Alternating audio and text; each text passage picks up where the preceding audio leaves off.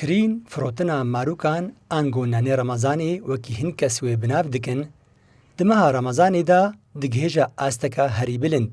Tebilî ku marok di hemû demên salê de li bazaran tê firotin, lê di meha Remezanê da taybetmendiyeka wê heye, çimkî ew bi xwe wekî nan û hem jî wekî cûreyekî şîranî tê naskirin.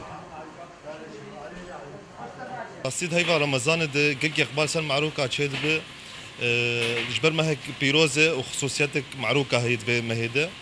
فأبد معملة أم دس بيت كن سري سبهد عمال تفدتين شغل أنت ده سبهد حتى عصر ده بين شاشة عصر بري إفطاري بساعتك دو قبال قال لك كذبة قال لك زحام كذبة فروتن قال لك هي بري دم إفطاري بدم جميركي هر هاتنا خلكي جبو كرينا ماروكان زيادة دبا لغوري هن ولاتيان هبونا ماروكان دمها رمضان دا لسر سفرة إفطاري جبلي كو كسين روجيگر سوداء جي وردگرن بویا مینا یک جنری تین هری بالکش دوی مها پیروز دا.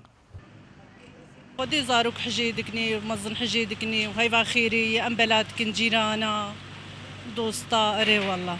كيف زاروك اجرتي وكيف ما جرتي او بالعاده بشتي افطار شاي شدبه شاي شدبه قش لنا البندي وينان انه بشاير بخن وشمونا هنا شيرينه جي اختيار رباشه